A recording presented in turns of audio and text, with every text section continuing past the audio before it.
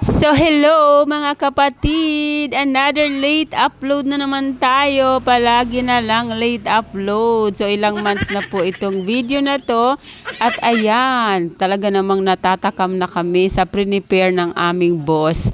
Dahil galing kami niya ng ministry sa Rang-Ayan nila Kuya Berting, Ate Leti at Sis Janice at inabot na po kami ng tanghali sa aming pagmi-ministry. At ayan, naabutan nga namin na masarap yung aming tanghalian ngayon. Yehey!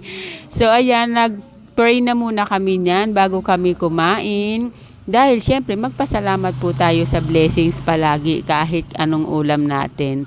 So ayan guys, habang nasa klase po pala siya kanina, ganyan ang ginawa niya. Umakyat siya sa puno ng malunggay at kumuha siya talaga ng bunga ng malunggay dyan. At ayan na nga yung uulamin natin ngayon.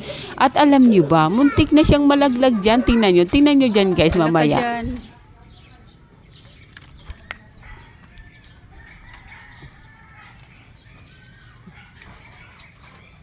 Ano? Umawag ka mabuti. Okay na yan. Madami ka na nakuha.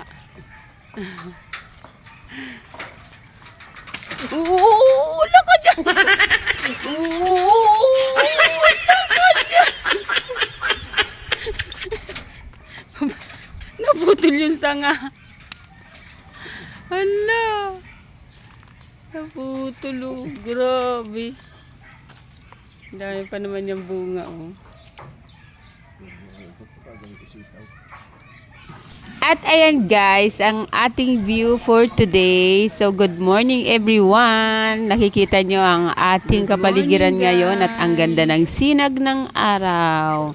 So maraming salamat po sa mga nanood ng ating vlog ngayon. Mag-iingat po ang bawat isa. Good day everyone.